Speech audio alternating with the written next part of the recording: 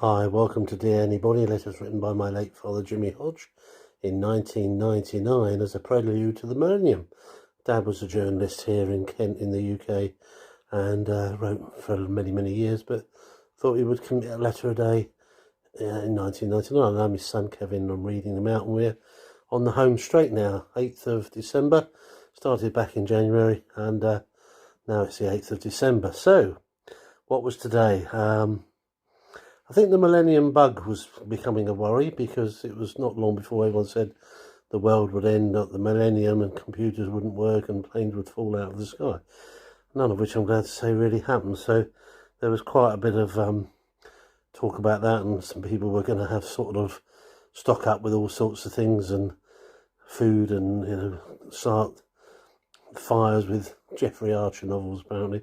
But Dad didn't think many people could be self-sufficient, which I think goes back to his sort of marine days, really, where they were taught to survive, I guess. And he didn't have a lot of thought and a lot of time for people who said they could, I think. The Russians who were in Chechnya, I think, have decided to be a little bit less hostile, which was good. National Health Service, big bit on the National Health Service. Basically, it was all going to be a bit more internet-based, and so it was the early days of computers, I guess, and people could put in symptoms and decide whether they needed to go to a doctor. So Dad made the point, of course, that you might then have people, Googling their symptoms, and then the GPs finding it, having more people turning up, which has got a bit full circle in 2025 when most people say we can't possibly get a GP appointment. My experience is that you can if you really need one, but if it can be dealt with another professional, then that's probably not a bad thing. But it's 26 years ago when perhaps internet-based NHS was still going strong, and it's still changing as we speak, so it seems a long quarter of a century to get to where we are, really.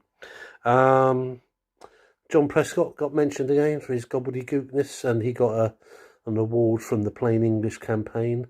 And Dad was saying he's going to get a lot of those if he doesn't start talking a bit more sense, but he's now passed away, so we won't say too much. But clearly, he didn't always make a lot of sense, apparently.